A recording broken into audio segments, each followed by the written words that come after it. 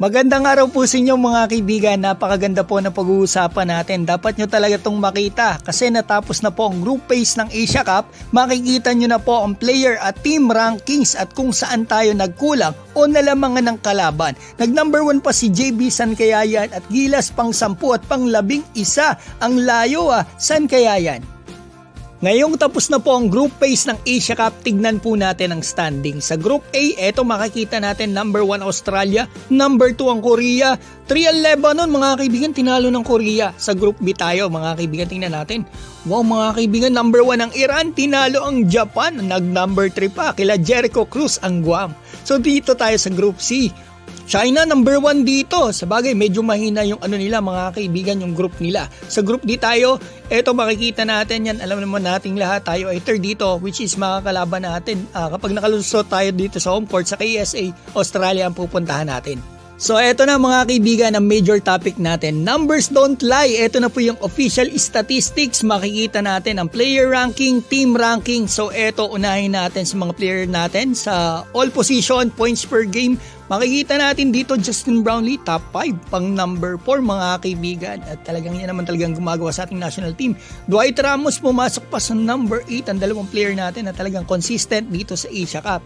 And the rest makikita natin dito. Wala na mga kaibigan, wala na pong Gilas player na pumasok dito sa top 50 players mga kaibigan sa points, sa scoring, all position yan.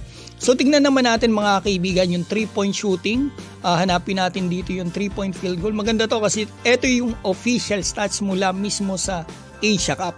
So ito wala tayo ata dito sa top 10 mga kaibigan na na 3-point shooter. 3-point shooting to player ranking. So pang number 17 dito si Justin Brownlee. So makikita kaya natin dito, mayroon pa kayang Pinoy dito na pumasok. Ay Kevin Kiambao pumasok sa 35 hanggang 39, tie silang lahat. So si Kevin Kiambao pa yung second best 3-point shooter natin pero konti lang yung playing time. Mahigit 10 minutes lang ata naglalaro. Sana binigyan to ng mahabang playing time talaga. Sayang, sa top 50, dalawang player din ang pumasok sa atin dito sa 3-point shooting. So eto punta na po tayo sa team ranking ng FIBA Asia Cup. 16 teams lang ang andito mga kaibigan. Tignan natin sa production. Sa points per game ng bawat team ang nangunguna. New Zealand mga kaibigan, Australia, China, Japan, Taipei mga kaibigan, mga nasa top 5, Korea, Lebanon, Saudi Arabia, Qatar, number 10 ang Pilipinas. Medyo malayo tayo mga kaibigan, pang 10 ang dahilan. Mga kaibigan, basically numbers don't lie.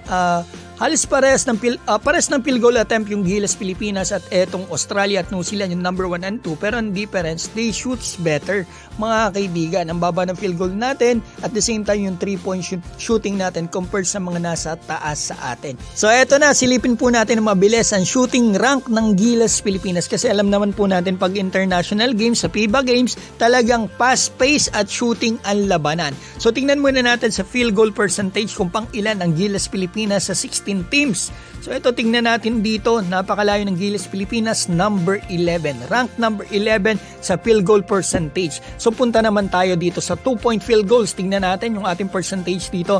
Sa top 10 mga kaibigan, nakikita ko wala ang Gilas Pilipinas. Nalamangan pa tayo dito ng India, Jordan, Iran.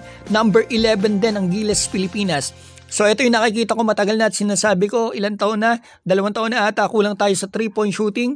Ito 3-point ranking ng FIBA Asia Cup after ng group phase. Number 1 ang China, makikita natin dito sa top 5 ang Japan, New Zealand, Korea, Australia. Number 6 ang Iran, Taipei, Saudi Arabia, Guam, Iraq. Tinalo pa ang Gilas Pilipinas sa 3-point shooting. Pang number 11 tayo, talagang kulang tayo dito.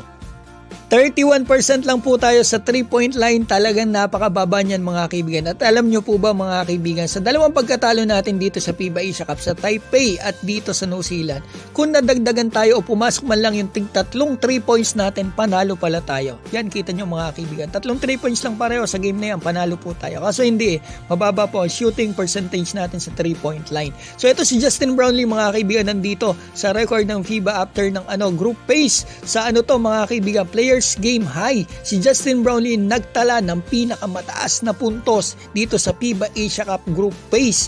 37 points, pangalawa yung tumalo sa atin si Chen. So eto mga kaibigan, habang tinitingnan pa po ninyo yung iba pang mga stats at rank ng Gilas Pilipinas dito, pati na yung mga players natin, ay babatiin ko muna po si Digital Inob, Milo Sandig, Edith Doromal, Arthur Pablico, Ronman, Rigisek, Robert Garcayo, Sagittarius, June Payumo, Juan Masa, Fit Flex Sports, PJ Manso, Joey Del Mundo, Tarukme TV, Liza Maloy, Sporty, Bush Yokay Kahes, Kami Kasi, Edward, Dodong Joseph, Art Apilado, Mel Gaspe, Kulits TV, Coach Haji, Jonicio Rupo, Resty Duarte, Bravo, THT, Super Ninja, Natsu Barrel, Arthur T, Michael Avetria, Miro ng Hong Kong, Alexis Bernardo, Aguerco Salvador, Larry Gaupo, Chris Bonaobra, Efren Plaza at Optimega. Mga kaibigan, maraming salamat po.